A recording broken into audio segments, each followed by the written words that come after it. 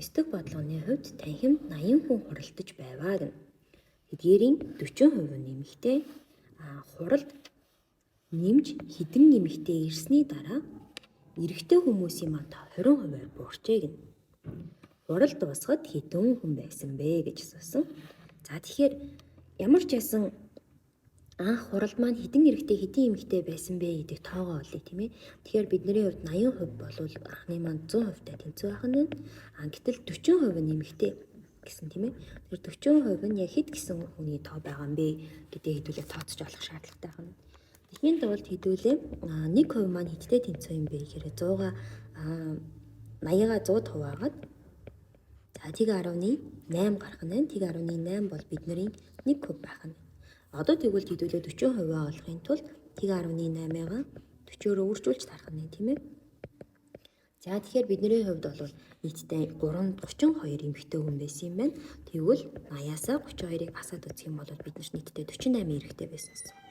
48 эрэгтэй маань бидний хувьд яасан бэ гэхээр хуралд дэсний 60% болж ирж байгаа гэсэн үг тийм ээ.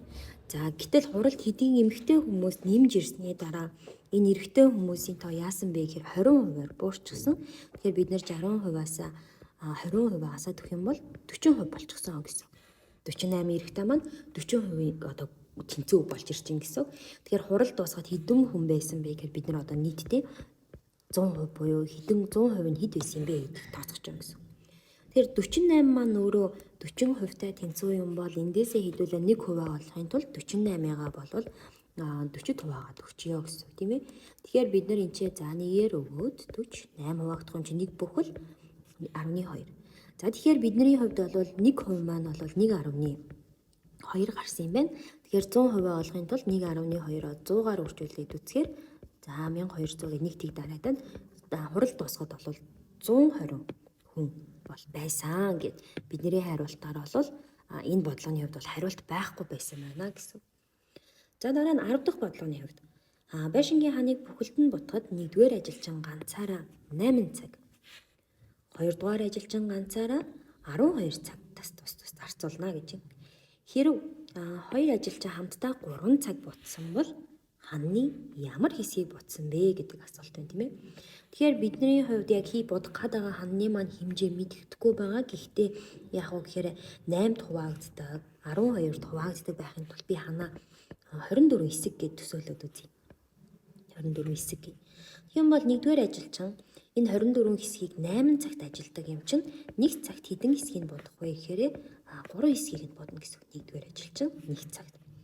2-р ажилчин бол яг уу гэхээр 24 хэсгийг 12 цаг буддаг учраас 1 цагт бол 2 хэсгийг нь будна гэсэн. Гэтэл энэ хоёр маань юу гэсэн бэ гэхээр хамтдаа ажиллана гэдэг. Тэгвэл хамтдаа 1 цагт хэдийн хэсгийг нь будах юм бэ гэхээр хамтдаа бол 1 цагт 5 хэсгийг нь будна гэсэн хамтдаа. Гэтэл хамтдаа 3 цаг ажилласан гэсэн. Тэгэхээр би 5-ыг 3 өргөжүүлэх юм бол нийтдээ тэр хоёр маань 3 цагт 15 хэсгийг нь будчихсан байх нь. Ханы ямар хэсгийг будсан бэ? Анх хан маань 24 хэсэг байсан. Тэрний 15-ыг будсан.